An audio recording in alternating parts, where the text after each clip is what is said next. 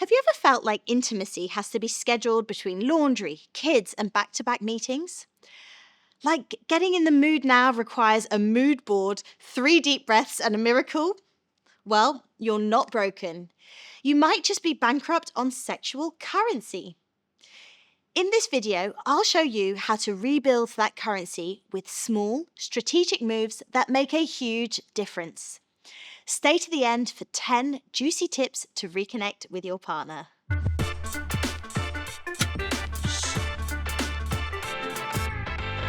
Hello and welcome. I'm Dr. Helene, clinical psychologist and relationships expert. Today, we're diving into a concept that can transform long-term love lives: sexual currency. It's not about wild sex marathons or buying lingerie on sale. It's about the tiny deposits of affection, desire, and play that we make every day to build a bridge from everyday life into intimacy. What is sexual currency and why does it matter? In the honeymoon phase, sexual currency is everywhere. Every touch, every flirty glance, every "what are you wearing" text adds value to your intimate connection. But fast forward a few years, hello, bills, toddlers, deadlines, and suddenly that currency dries up. And without it, sex feels like a leap across a canyon. Not because you've fallen out of love, but because you've stopped making deposits. Sexual currency is what keeps your erotic connection alive, even when life is chaos. It's not about intercourse, it's about reminders: I'll see you, I desire you, we're still us. Here's a real story: Sarah and Jake. Let's talk about Sarah and Jake. Early on, they were constantly touching, teasing, texting. Now, 2 kids, late-night spreadsheets, and the only thing they touch is the remote. Sarah admitted, "If I touch him, he'll think I want sex, and I'm too tired." Jake felt rejected, like there was a wall between them. The fix wasn't sex. It was safe, playful, low-stakes connection. When I told them how to take intercourse off the table completely, things actually heated up. Because when there's no pressure, people lean in instead of pulling away. This is so common, especially for women, parents, and anyone juggling too much. Not every kiss has to lead somewhere. When you remove the expectation of intercourse, you make space for affection to feel safe again. I often tell couples, just connect, no pressure. Let desire come back as a side effect, not a goal.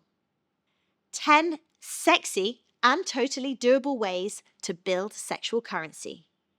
Right, here's your no fluff cheat sheet. Flirty texts. Not "what's for dinner?" Try "guess what I'm thinking about?" You. Private code word like a shared joke. It's your grown-up secret handshake. Drive-by kisses. Quick, unplanned, affectionate, not performative. Unexpected compliments. Not just "you look nice," but "that look you gave still gets me." Hold hands more, even if it's just in the supermarket queue. Playful touch. A cheeky tap, a brush on the lower back, 0 expectations, 100% impact. Reminisce. Remember that time in Barcelona? Can reignite dormant desire. Sweet voice notes. Hearing "I miss you" in their voice, way better than emojis. Surprise date night, even if it's just frozen pizza and no phones. Name what you appreciate. Gratitude is an aphrodisiac. Seriously. So here's the takeaway. Sexual connection isn't about grand gestures. It's about the micro moments that say, "I still like you." So if the spark feels like it's gone, don't panic. Start small, start playful, and start where you are. You're not broken. You're just waiting for the right spark. And guess what? You can light it with a cheeky wink and 2 seconds of presence. Thank you so much for joining me on Intimacy Insights. If you found this helpful, give it a thumbs up, subscribe, and share with someone whose love life deserves a little fire. Comment below, what's one sexy deposit you'll make today?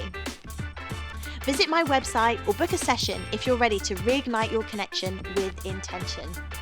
Until next time, I'm Dr. Helene.